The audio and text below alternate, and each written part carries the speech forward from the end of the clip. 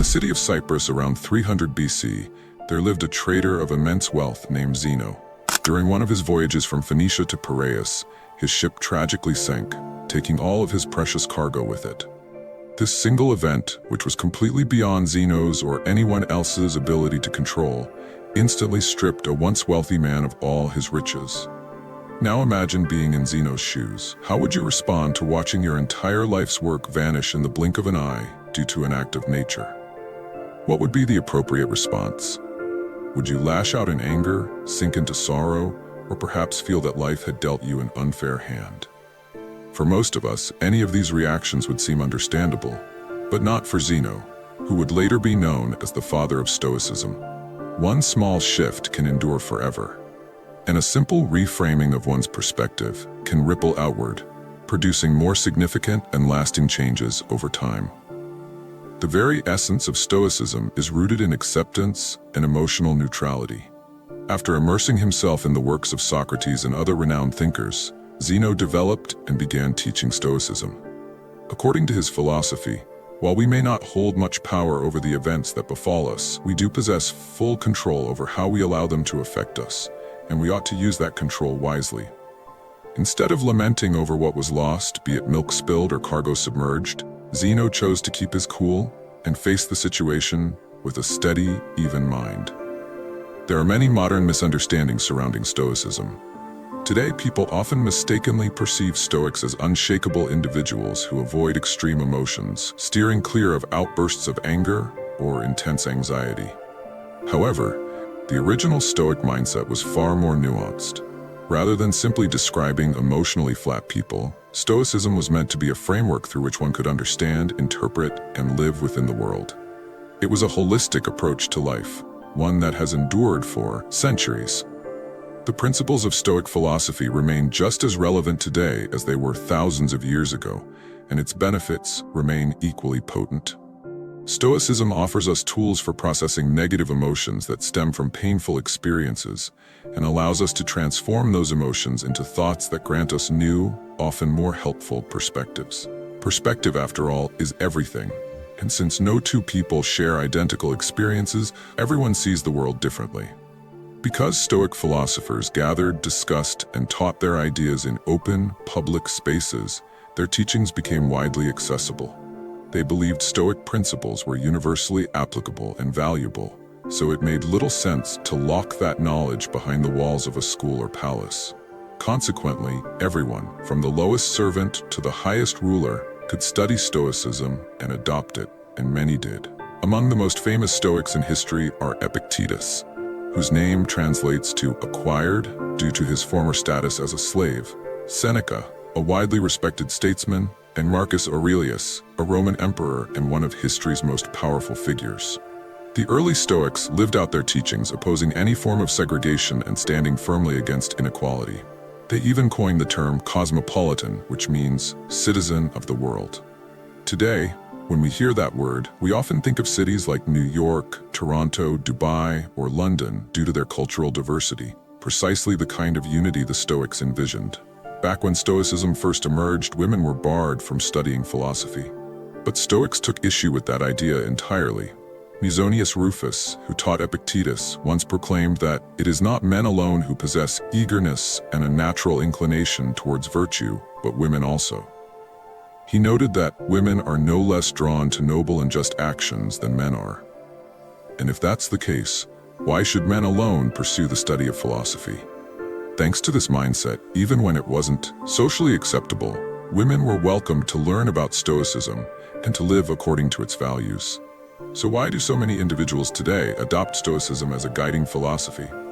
In a world rife with unpredictable twists and turns, our emotions often stand in the way of clarity. In truth, it isn't simply misfortune that saddens us, it's the surprise of misfortune. Rain, for example, benefits our crops, waters our animals, and cools the air. Yet getting caught in the rain without an umbrella is rarely seen as pleasant. Why don't we cry when it starts to rain? Because even though it's inconvenient, we expect rain. It's unavoidable and beyond our control. And just like the storm, it eventually passes. Stoicism teaches us to extend this mindset to every challenge. Expect that anything bad which can happen, might happen. Envision the worst-case scenario and feel at peace knowing it's within the realm of possibility. One practice derived from Stoicism is called voluntary discomfort.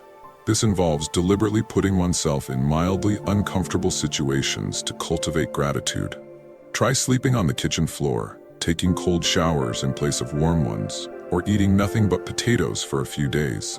These exercises serve to remind us that regardless of the discomfort, we'll survive and possibly grow stronger if our mindset remains resilient. By embracing hardship in a controlled setting, we train our minds to better handle the inevitable misfortunes of life. Given the world we live in, where ads bombard us constantly with messages that we need the latest gadget, the perfect appearance, or a certain income level to be happy, this message is now more crucial than ever.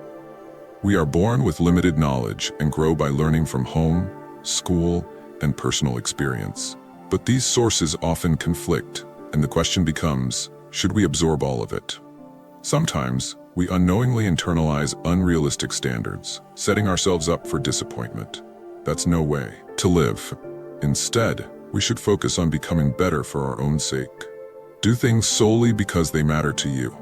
Adding external validation or hidden expectations to our efforts usually results in dissatisfaction. More often than not, we try to fill the inner void with external possessions by buying expensive cars, lavish homes, or even by starting families, sometimes for the wrong reasons. But when these decisions are made for their outward value rather than inner meaning, we fall into a trap.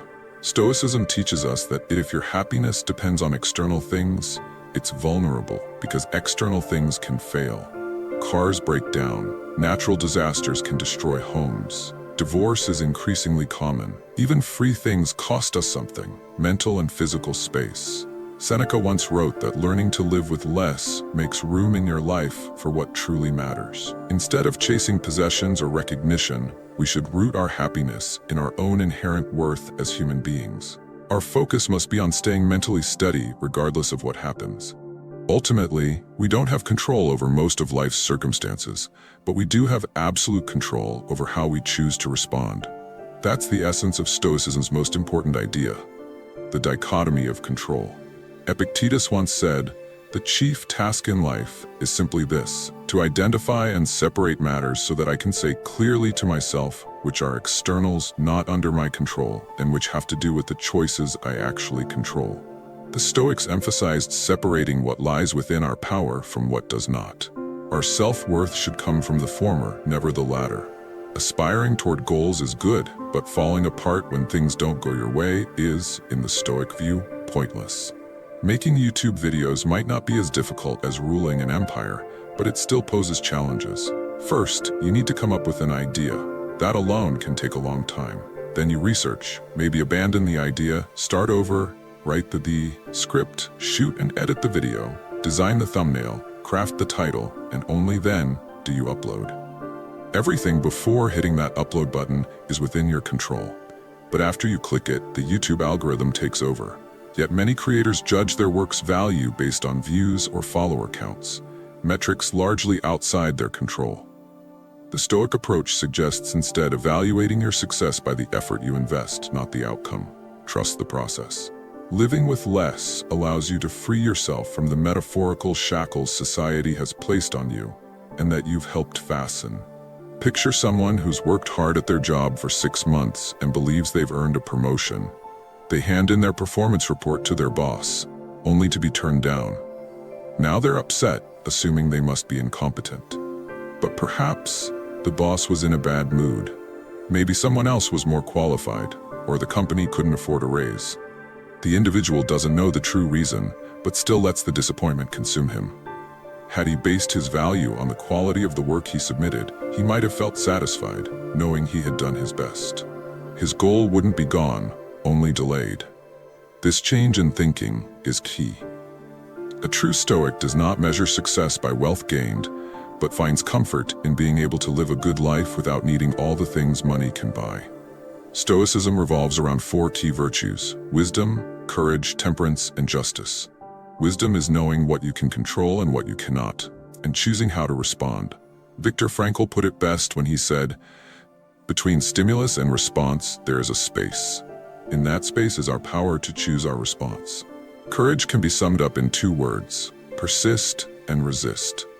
Temperance, or moderation, means doing more with less, like using fewer words to say more.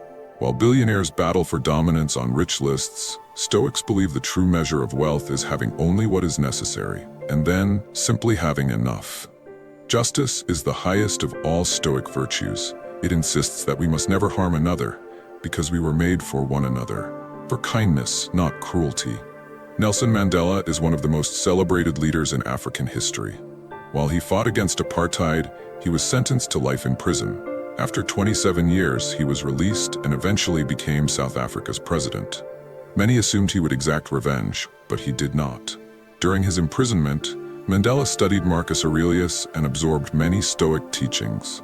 Instead of seeking retaliation, he encouraged healing and rebuilding, stating that the past was no longer theirs to change. What mattered now was how to move forward. This is the Stoic path. Today, Stoicism lies at the heart of therapeutic methods like rational emotive behavioral therapy, (BT), and logotherapy. REBT helps individuals recognize and challenge irrational thoughts that lead to emotional and behavioral struggles. Once these patterns are debunked using logic, they can be replaced with healthier beliefs. Logotherapy, meanwhile, is based on the Stoic idea that humans are driven by purpose. Even in our darkest moments, we can find meaning by discovering that purpose. Though this, of course, is easier said than done. Like anything else, it's a journey. We need to rewire our thinking, leaving behind outdated beliefs and adopting new, more empowering ones. To solve our problems with happiness, we must focus on self-worth. By rooting our value in things we can control, we can release ourselves from the anxiety of things we can't, and as a result, lead more fulfilling, meaningful lives. Stoicism helps us weather the storms of life and sail into calmer waters. And if our ship does go down, we can take solace in knowing that we lived well, even if not as long as we wished. Because in the end, everything must come to an end. What are your views on this? Share your thoughts in the comments below. I will personally read all of your comments. And if you seriously want to level up in life, don't forget to show some love by hitting the like and subscribe button. Stay strong. Until next time.